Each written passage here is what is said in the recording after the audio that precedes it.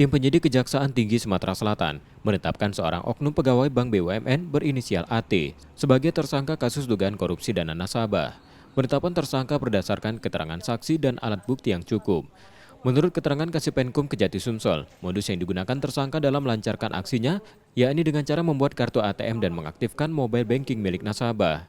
Setelah itu, tersangka menguras uang milik nasabah dari tahun 2022 hingga 2023 dengan total kerugian nasabah mencapai 6,4 miliar rupiah.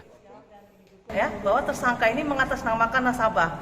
Ya, dia membuka rekening nasabah ya dengan cara apa? Membuat ATM, kemudian mengaktifkan mobile banking dari nasabah sehingga dia menarik uang dari nasabah. Dalam penyidikan ini telah dihitung kerugian keuangan negara sebesar 6.483.127.524 rupiah. Meski telah ditetapkan sebagai tersangka, pihak berwajib belum menangkap oknum pegawai bank plat merah tersebut.